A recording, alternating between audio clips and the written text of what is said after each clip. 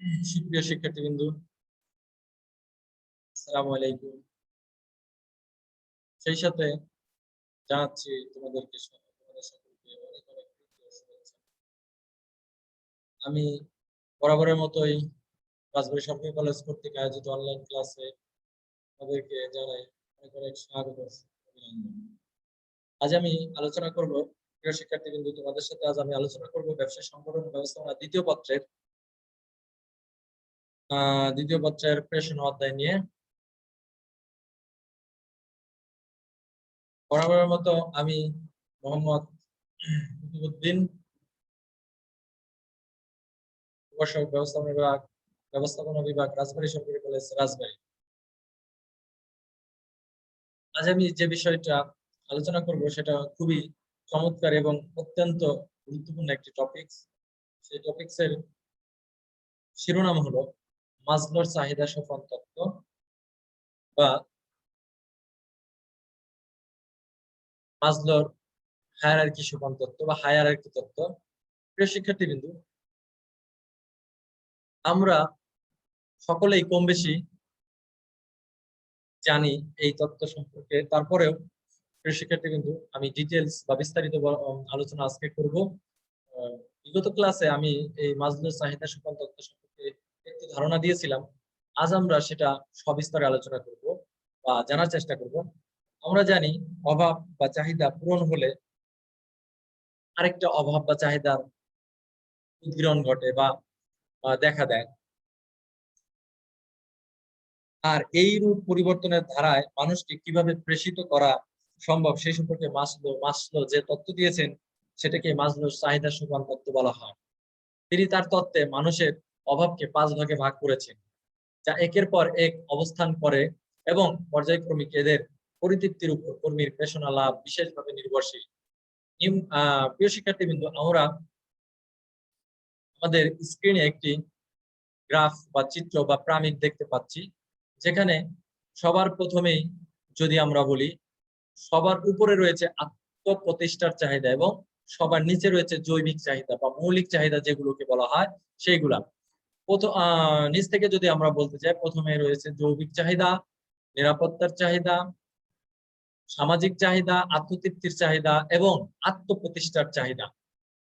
প্রিয় শিক্ষার্থীবৃন্দ, জৈবিক চাহিদা দিয়ে আমরা শুরু করি। জৈবিক চাহিদা বলতে কি আমরা বুঝি? যে চাহিদাগুলো একজন মানুষের জৈবিক বিকাশের জন্য বা একজন মানুষ হিসেবে বিকাশের জন্য অতি গুরুত্বপূর্ণ, সেই চাহিদাগুলোকে মূলত জৈবিক চাহিদা বলা হয়। জৈবিক চাহিদা হিসেবে আমরা যেগুলোকে মৌলিক চাহিদা হিসেবে আখ্যায়িত করে থাকি। মৌলিক চাহিদা আমরা সকলেই কম বেশি জানি যে মৌলিক চাহিদা হচ্ছে অন্ন, বস্ত্র, বাসস্থান, শিক্ষা, চিকিৎসা। আর এই এই মৌলিক চাহিদাগুলোই জৈবিক চাহিদা মিটিয়ে থাকে। ন্যূনতম বাঁচার অধিকার প্রথমত সবাই ভোগ করতে চায়, অর্থাৎ সবার প্রথমে একজন মানুষ বা একজন কর্মী যে অভাবটা পূরণ করতে চায় সেটা হচ্ছে তার বাঁচার অধিকার। অর্থাৎ বাঁচতে হলে অন্ন দরকার, বস্ত্র দরকার, বাসস্থান দরকার, শিক্ষা দরকার, চিকিৎসা দরকার। এই সবগুলোই একটা মানুষের মৌলিক চাহিদা। আর এই চাহিদাগুলো একজন মানুষের জৈবিক চাহিদা পূরণ করে থাকে। তাই উৎপেষণা দানে এই বিষয়টি অত্যন্ত গুরুত্বপূর্ণ। অর্থাৎ কাউকে পেশনা দেওয়ার জন্য তার মৌলিক চাহিদাগুলো পূরণ হয়েছে কিনা সেদিকে খেয়াল রাখতে হবে। আর সেই বিষয়টা খেয়াল রেখে যদি তাকে পেশনা দান করা যায়, তাহলে সে আরো বেশি অনুপ্রাণিত এবং উৎসাহিত হবে। কারণ তার যদি মৌলিক চাহিদাগুলোর অভাবই পূরণ না হয়, তাহলে তার আত্মপ্রতিষ্ঠার চাহিদা বা আত্মতৃপ্তির চাহিদার ব্যাপারটা এখানে আসে না। দেন হচ্ছে নিরাপত্তার চাহিদা। মৌলিক চাহিদা পূরণ বা জৈবিক চাহিদা পূরণের পর মানুষ সবচেয়ে বেশি প্রয়োজন বোধ করে নিরাপত্তা। ভয়হীন, মুক্তহীন ও নিরাপদে বাঁচতে পারার চাহিদাকে নিরাপত্তার চাহিদা বলে। সে নিজেকে ও তার পরিবারকে বর্তমান ও ভবিষ্যৎ অনিশ্চয়তা ও ঝুঁকির হাত থেকে রক্ষা করতে চায়। এজন্য সে চায় চাকরির স্থায়িত্ব, ভবিষ্যৎ নিরাপত্তা, উন্নয়ন ও বাঁচার সুযোগ। এরপর হচ্ছে সামাজিক চাহিদা। প্রিয় শিক্ষার্থীবৃন্দু, সমাজের একজন গুরুত্বপূর্ণ সদস্য হিসেবে অন্যদের সাথে মিলেমিশে চলার চাহিদাকেই বলা হয় সামাজিক চাহিদা। অর্থাৎ সমাজের একজন সদস্য হিসেবে অন্যের সাথে মিলেমিশে চলার যে চাহিদা, সেই চাহিদাকেই মূলত বলা হয় সামাজিক চাহিদা। মানুষ যখন নিরাপত্তা বোধে তৃপ্ত হয়, তখন সে বন্ধু বান্ধব ও অন্যান্যদের সাথে মিলেমিশে চলতে চায় এবং অন্যদের ভালোবাসা পাওয়ার প্রত্যাশা করে। এ পর্যায়ে সে বিভিন্ন সামাজিক ক্রিয়াকর্মে উৎসাহিত হয় এবং নিজেকে সমাজের সাথে সম্পৃক্ত করতে ভালোবাসে। প্রিয় শিক্ষার্থী, 4 নম্বর যে চাহিদা, সে চাহিদার নাম হচ্ছে আত্মতৃপ্তির চাহিদা। আত্মতৃপ্তির চাহিদা বলতে সমাজে অন্যদের থেকে বা বন্ধু বান্ধব, আত্মীয় স্বজন ও সহকর্মীদের থেকে নিজেকে এক উচ্চতায় এবং উপরে ওঠার আগ্রহকে বোঝায়। এরূপ চাহিদা একজন ব্যক্তির সুনাম, সুখ্যাতি, যশ, অহংবোধ ইত্যাদির সাথে সংশ্লিষ্ট। এ পর্যায়ে সে বড় বড় বাড়ি, দামি গাড়ি, বড় চাকরি ইত্যাদির অভাব বোধ করে থাকে। প্রিয়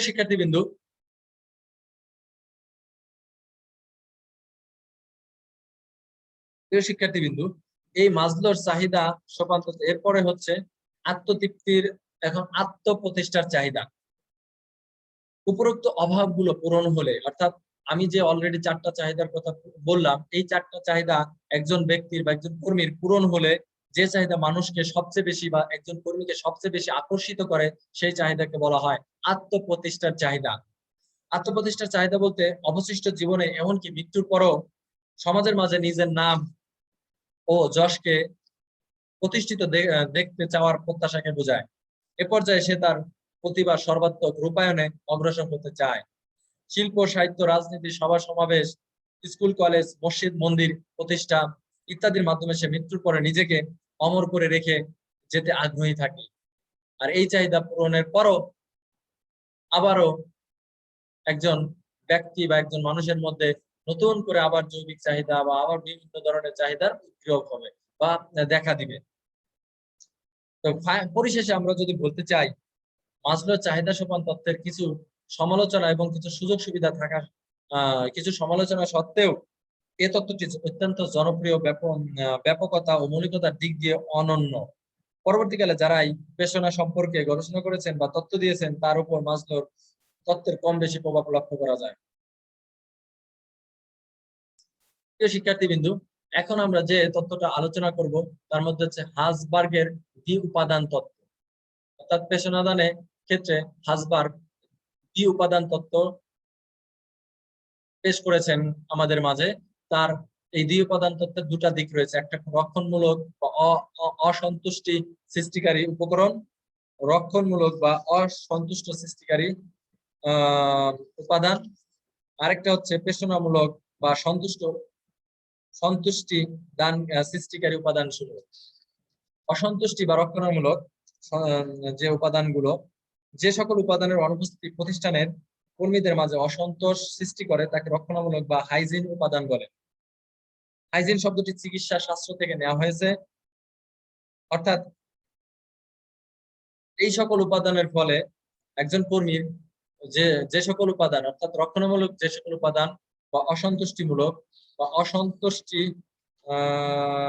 অসন্তুষ্টিমূলক সৃষ্টিকারী যে উপাদানগুলো আছে, সেগুলো হলো কোম্পানির নীতি ও প্রশাসন।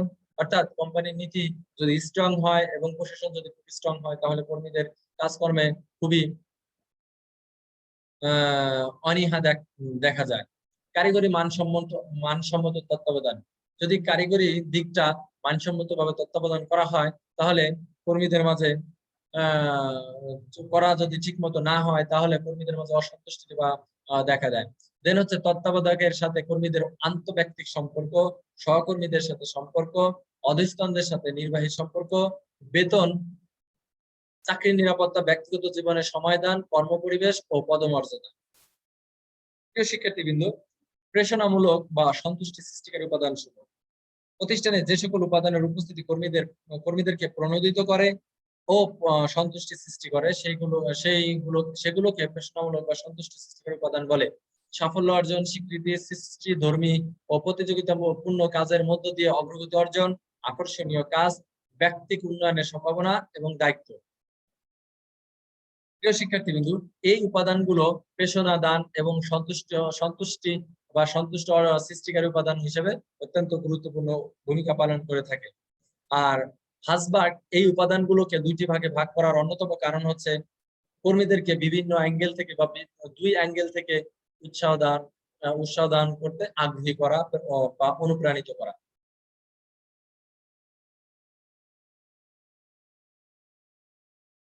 প্রিয় শিক্ষার্থীবৃন্দ, এ পর্যায়ে আমি যে বিষয়টা আলোচনা করব সেটা হচ্ছে কর্মীদের পেশনাদানের ক্ষেত্রে প্রতিবন্ধকতা বা কি কি প্রতিবন্ধকতা কর্মীদের পেশনাদানের ক্ষেত্রে গুরুত্বপূর্ণ ফ্যাক্টর হিসেবে কাজ করে। তার মধ্যে অন্যতম হচ্ছে কর্মীদের প্রয়োজনের ভিন্নতা। প্রতিষ্ঠানে নিয়োজিত কর্মীদের অভাব বা প্রয়োজন একই ধরনের নয়। এক একজনের অভাব বা এক একজন ব্যক্তি বা প্রতিষ্ঠান কর্মীদের এক এক রকমের অভাব দেখা দেয়। কেউ বা আর্থিক দিক দিয়ে বেশি সুবিধা পেতে চায়, কেউ বা অনার্থিক পেশনার দ্বারা অধিক উদ্বুদ্ধ হয়। তাই পেশনাদানের সর্বগ্রাহ্য পদ্ধতি ব্যবহার করা যায় না। এজন্য অবস্থা পর্যবেক্ষণের মাধ্যমে সবাইকে কম বেশি প্রণোদিত করে এমন পদ্ধতি ব্যবহার করা প্রয়োজন। প্রিয় শিক্ষার্থীবৃন্দ, এরপরে হচ্ছে কর্মীদের মানসিক অবস্থার ভিন্নতা। কর্মীদের মনের বিচিত্রতা পেশনাদানের ক্ষেত্রে একটা প্রতিবন্ধকতা সৃষ্টি করে। তদুপরি কর্মীদের মানসিক অবস্থা অনেক সময় পরিবর্তিত হয়, ফলে পেশনাদানের একই ধরনের পদ্ধতি সব সময় কার্যকর হয় না। এটা একটা বড় ধরনের প্রতিবন্ধকতা। স্তরগত পার্থক্য। প্রতিষ্ঠানে স্তরভেদে কর্মীদের মান, মর্যাদা ও চাওয়া পাওয়ার ক্ষেত্রে ভিন্নতা পরিলক্ষিত হয়। নিচের স্তরের কর্মীরা ন্যায্য বেতনে বেশি উদ্বুদ্ধ হলেও উচ্চ স্তরের নির্বাহীরা অধিক কর্তৃত্ব ক্ষমতা পেতে চায়। সুতরাং এটাও পেশনাদানের ক্ষেত্রে সমস্যার সৃষ্টি করে। প্রবণতার পার্থক্য। প্রতিষ্ঠানে নিয়োজিত বা প্রতিষ্ঠানের একই স্তরে নিয়োজিত সকল কর্মীর প্রবণতা এক নয়। কারো প্রবণতা একটু প্রতিষ্ঠানের প্রতি বেশি থাকে, কারো প্রবণতা প্রতিষ্ঠানের প্রতি কম থাকে, কারো প্রবণতা একটু আর্থিক দিকে বেশি থাকে, কারো প্রতি পদ পদবীর প্রতি একটু বেশি প্রবণতা দেখা যায়। ফলে এদের মানে ভিন্নতা, এই প্রবণতার ভিন্নতার কারণে তাদেরকে উৎসাহিত, অনুপ্রাণিত, অভ্যসিত করা কষ্ট হয়ে দাঁড়ায়। ধ্যান ধারণার ভিন্নতা। প্রতিষ্ঠানের বিভিন্ন স্তরের কর্মীদের ধ্যান ধারণার ভিন্নতা অনেক ক্ষেত্রে পেশনাদানে প্রতিবন্ধকতা সৃষ্টি করে। কর্মীদের পেশনাদানের ব্যাপারে ব্যবস্থাপনা অনেক সময় এজন্য নিরুৎসাহিত হয় যে তাদের সুবিধা প্রদান বাড়তি সুবিধার আগ্রহ সৃষ্টি করবে। অন্যপক্ষে কর্মীরা তাদের ব্যয় সুবিধাকে অপর্যাপ্ত মনে করে যাও এক্ষেত্রে তা প্রতিবন্ধকতা হিসেবে কাজ করে থাকে। দক্ষতা অভিজ্ঞতার ভিন্নতা। প্রতিষ্ঠানের অভ্যন্তরে বিভিন্ন স্তরে নিয়োজিত কর্মীদের দক্ষতা অভিজ্ঞতা এক নয়, ফলে তাদের চিন্তার ক্ষেত্রে ভিন্নতা দেখা দেয়। তাই পেশনাদানের জটিলতা সৃষ্টি হয়। অবিচার ও স্বজনপ্রীতি। প্রতিষ্ঠানের সকল কর্মীর প্রতি যদি ঊর্ধ্বতন কর্মকর্তা সুবিচার না করে বা স্বজনপ্রীতির আশ্রয় গ্রহণ করে, তবে কর্মীদের মধ্যে ঊর্ধ্বতন প্রতিষ্ঠান সম্পর্কে খারাপ ধারণার সৃষ্টি হয়, যে সে অবস্থায় পেশনাদান জটিল হয়ে পড়ে। হচ্ছে শ্রমিক সংঘের আচরণ। শ্রমিক সংঘ যদি পেশনাদানের ক্ষেত্রে সহায়ক না হয়ে বাধা হয়ে দাঁড়ায়, তবে সেক্ষেত্রে কর্মীদের ইতিবাচক উৎসাহ প্রদানও অনেক সময় সমস্যার কারণ হয়। আমাদের দেশের শ্রমিক সংঘগুলোর কার্যক্রম অনেক ক্ষেত্রে কর্মীদের কাজের প্রতি যথাযথ উদ্বুদ্ধ করে না বলে মনে হয়। নমনীয়তার বাধা। পেশনাদানের ক্ষেত্রে অনমনীয়তার বিষয়টি একটি সমস্যা। অর্থাৎ যদি প্রতিষ্ঠানের রুলস রেগুলেশন গুলো নমনীয় না হয়, তাহলে প্রতিষ্ঠানের কর্মচারীদেরকে প্রেষিত বা অনুপ্রাণিত করা অনেক দুর্লভ বা অনেক কঠিন হয়ে পড়ে। প্রিয় শিক্ষার্থীবৃন্দ, পেশনাদানের ক্ষেত্রে ঊর্ধ্বতন নির্বাহীদের উপরোক্ত সমস্যাসমূহ বিবেচনা করা প্রয়োজন, অন্যথায় হিতে বিপরীত হওয়ার সম্ভাবনা থাকে। অর্থাৎ পেশনাদানের পরিবর্তে উল্টো কর্মীদের মধ্যে ক্ষোভ বা রাগ সৃষ্টির ক্ষেত্রে গুরুত্বপূর্ণ ভূমিকা হিসেবে কাজ করে থাকে। সুচিন্তিত ভাবে সঠিক পেশনা পদ্ধতি প্রয়োগ সম্ভব হলেই শুধুমাত্র কাঙ্ক্ষিত ফল লাভ করা যায়। প্রিয় শিক্ষার্থীবৃন্দ, এখন আমরা যে বিষয়টা আলোচনা করব তা হলো কর্মীদের পেশনাদানের ক্ষেত্রে প্রতিবন্ধকতা দূরীকরণের উপায়, বা কিভাবে এই প্রতিবন্ধকতাগুলো দূর করা যায় পেশনাদানের জন্য কর্মীদের মাঝে।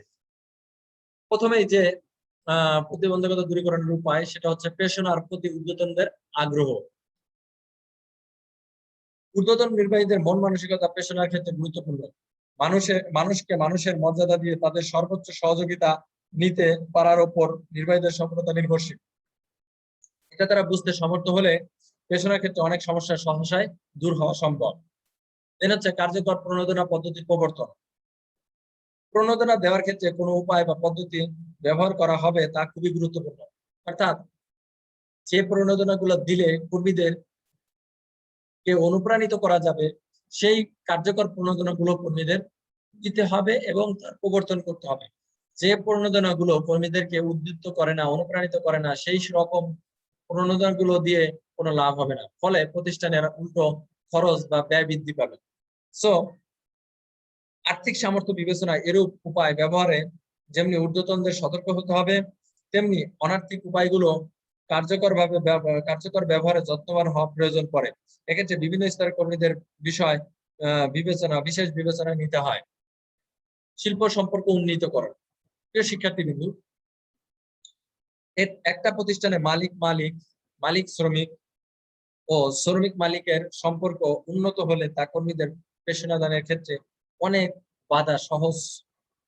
অনেক বাধা প্রতিবন্ধকতা দূর করতে অগ্রণী ভূমিকা পালন করে থাকে। কেউ কাউকে ঠকাবে না, বরং সবাই প্রতিষ্ঠানের কল্যাণে কাজ করবে। এ ধরনের পরিবেশ সৃষ্টি করা গেলে কর্মীদের জন্য প্রণোদনামূলক বিভিন্ন ব্যবস্থা গ্রহণ করা সহজ হয়। প্রিয় শিক্ষার্থীবৃন্দ, এরপরে যে প্রতিবন্ধকতা দূরীকরণের অন্যতম উপায় সেটা হচ্ছে কর্মী উন্নয়নের সুযোগ সৃষ্টি।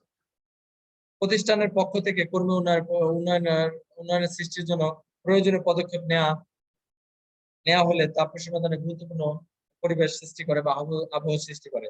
একজন কর্মী যখন বোঝে প্রতিষ্ঠান তার বৈষয়িক জ্ঞানগত মানসিক উন্নয়নে তৎপর, তখন তাকে পেশাদান সহজ হয়। অর্থাৎ কর্মী যদি বুঝতে পারে যে প্রতিষ্ঠান আমার জন্য কিছু করার চেষ্টা করতেছে বা আমার প্রতি খেয়াল রাখছে, তাহলে ওই কর্মী বা ওই অধস্তন কর্মী প্রতিষ্ঠানের প্রতি খেয়াল রাখার জন্য বা পূর্ণ মনোনিবেশে কাজ করার জন্য আরো বেশি অনুপ্রাণিত ও প্রেষিত হয়ে থাকে। ভবিষ্যৎ সম্ভাবনার প্রতি আকর্ষণ সৃষ্টি। নগদ প্রাপ্তিতে সবাই খুশি হয়, এটা বাস্তব।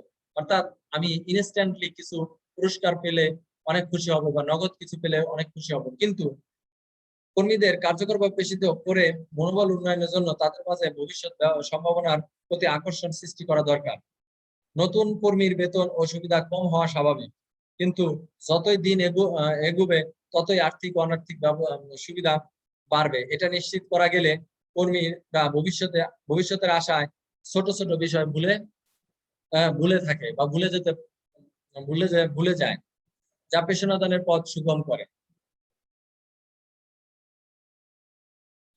প্রিয় শিক্ষার্থীবৃন্দ, এরপরে কর্মীদের পেশাদানের ক্ষেত্রে প্রতিবন্ধকতা দূরীকরণের অন্যতম আরেকটি উপায় হচ্ছে গণতান্ত্রিক নেতৃত্ব কৌশলের প্রতি গুরুত্ব আরোপ। অর্থাৎ প্রতিষ্ঠানে নিয়োজিত কর্মীদের গণতান্ত্রিকভাবে নেতৃত্ব দানের যদি সুযোগ দেওয়া হয়, অর্থাৎ তাদের মতামতকে যদি প্রাধান্য দেওয়া হয়, তাহলে ওই প্রতিষ্ঠানে সুন্দর একটা পরিবেশ বিরাজ করে, কর্মী এবং মালিকদের মধ্যে সুন্দর সম্পর্ক বিরাজ করে। ফলে গণতান্ত্রিক নেতৃত্ব কৌশলের প্রতি গুরুত্ব আরোপ করে তারা প্রতিষ্ঠানের যে অধস্তন কর্মী বা ঊর্ধ্বতন কর্মীরা আছে তাদেরকে পেশিত করা যায়। গণতান্ত্রিক ফর্মুলা যদি ব্যবহার না করে অগণতান্ত্রিক বা একনায়কতন্ত্র ব্যবহার করা হয়, তাহলে প্রতিষ্ঠানের হিতে বিপরীত হতে পারে। অর্থাৎ গণতান্ত্রিক নেতৃত্বের সঠিক কৌশল ব্যবহারের ফলে কর্মীদের পেশনা দান করা অতি সহজতর হয় বা অতি সহজ হয়ে যায়। প্রতিষ্ঠানে গণতান্ত্রিক নেতৃত্ব বজায় থাকলে কর্মীরা তাদের মনের কথাগুলো বলতে পারে, ঊর্ধ্বতন তাদের সাথে মত বিনিময় করতে পারে। এতে পেশনাদান অনেক সহজ ও সহজতর হয়। এরপরে যেটা হচ্ছে প্রতিষ্ঠানের ভাবমূর্তি প্রতিষ্ঠান। প্রিয় শিক্ষার্থীবৃন্দ, এটা প্রতিষ্ঠানে কর্মীদের ঠকানো হয়, একটা প্রতিষ্ঠানে কর্মীদের ঠকানো হয়, খারাপ ব্যবহার করা হয়, শ্রমিক অসন্তোষ নিত্যদিনের ঘটনা, এরূপ ইমেজ নিঃসন্দেহে ক্ষতিকর। কিন্তু একইভাবে যদি অন্য একটা প্রতিষ্ঠানে কর্মীদের সাথে ভালো ব্যবহার করা হয়, তাদেরকে সঠিকভাবে বোনাস বেতন দেওয়া হয়, তাদেরকে ঠকানো না হয় এবং কর্মী এবং শ্রমিক সন্তুষ্টি যদি বিরাজমান থাকে, তাহলে নিঃসন্দেহে এই পরিবেশটা প্রতিষ্ঠানের ভালো ফলাফল বয়ে নিয়ে আসবে। এখন অপরদিকে এটা যখন ক্ষতি বয়ে নিয়ে আসে, যা নির্বাহী ও কর্মী সবার মাঝেই বা মনে নেতিবাচক প্রভাব সৃষ্টি করে। যখন কর্মীদের মন খারাপ থাকে বা তাদের সাথে খারাপ ব্যবহার করা হয় বা কর্মীদের মধ্যে অসন্তুষ্টি দেখা দেয়, তাহলে কর্মীদের মধ্যে অসন্তুষ্টি দেখা দেয় বা নেতিবাচক প্রভাব দেখা দেয়। অন্যদিকে যদি ইতিবাচক ইমেজ গড়ে তোলা যায়, তবে মালিক ও শ্রমিক উভয়ই প্রতিষ্ঠানের এই ইমেজ ধরে রাখার চেষ্টা করে। ফলে প্রেষণাদানে তা গুরুত্বপূর্ণ ইতিবাচক ভূমিকা পালন রাখতে পারে বা গুরুত্বপূর্ণ ভূমিকা রাখতে পারে। প্রিয় শিক্ষার্থীবৃন্দ, তাহলে আমরা এই চ্যাপ্টারে আজকে যে বিস্তারিত বিষয়গুলো আলোচনা করলাম তার মধ্যে অন্যতম আসবে চাহিদা সংখ্যা তত্ত্ব। এই চাহিদা সংখ্যা তত্ত্বটি গুরুত্বপূর্ণ পরীক্ষার জন্য বা বিভিন্ন সময় বিভিন্ন সময় পরীক্ষায় এই তত্ত্বটা আসে। প্রিয় শিক্ষার্থীবৃন্দ, তোমরা এই মাসলো চাহিদা সংখ্যা তত্ত্বটা খুব ভালো করে মনোযোগ দিয়ে পড়ালেখা করবে এবং তার সাথে হাসবার্গের দ্বি উপাদান তত্ত্ব এবং আমরা জানলাম এবং আরো জানলাম কর্মীদের পেশনাদানের ক্ষেত্রে বাংলাদেশে কি কি ধরনের প্রতিবন্ধকতা বিরাজমান সেগুলো সম্পর্কে জানলাম এবং সর্বশেষ যেটা জানলাম কর্মীদের পেশনাদানের ক্ষেত্রে প্রতিবন্ধকতাগুলো কিভাবে দূর করা যায় সে সম্পর্কে আমরা বিস্তারিত আলোচনা করেছি। প্রিয় শিক্ষার্থীবৃন্দু, হয়তো সামনে কিছুদিন পর তোমাদের বার্ষিক পরীক্ষা অনুষ্ঠিত হবে। তোমরা রেগুলার নিয়মিত পড়ালেখা করো। আর তোমাদের যেহেতু 2022 সালের তোমরা যখন পরীক্ষার্থী, তোমাদের সিলেবাসটা অনেক সংক্ষিপ্ত করে দেওয়া হয়েছে। তোমরা ওই সিলেবাসটা দেখে নিবে। আর যদি কোনো সমস্যা বা কোনো অসুবিধা তৈরি হয় বুঝতে, তাহলে আমাদের সাথে ওভার ফোনে বা সরাসরি বা ডিরেক্টলি যেভাবে যোগাযোগ করে সমস্যাগুলো সমাধান করার চেষ্টা করবে। প্রিয় শিক্ষার্থীবৃন্দু, তাহলে আজকের মতো এখানেই শেষ করব। সকলে ভালো থাকবে, সুস্থ থাকবে, আন্তরিকভাবে ক্লাসটি উপভোগ করার জন্য সকলকে আবারও ধন্যবাদ জানিয়ে এবং সেই সাথে আসসালামু আলাইকুম। সবাই ভালো থাকো, সুস্থ থাকো।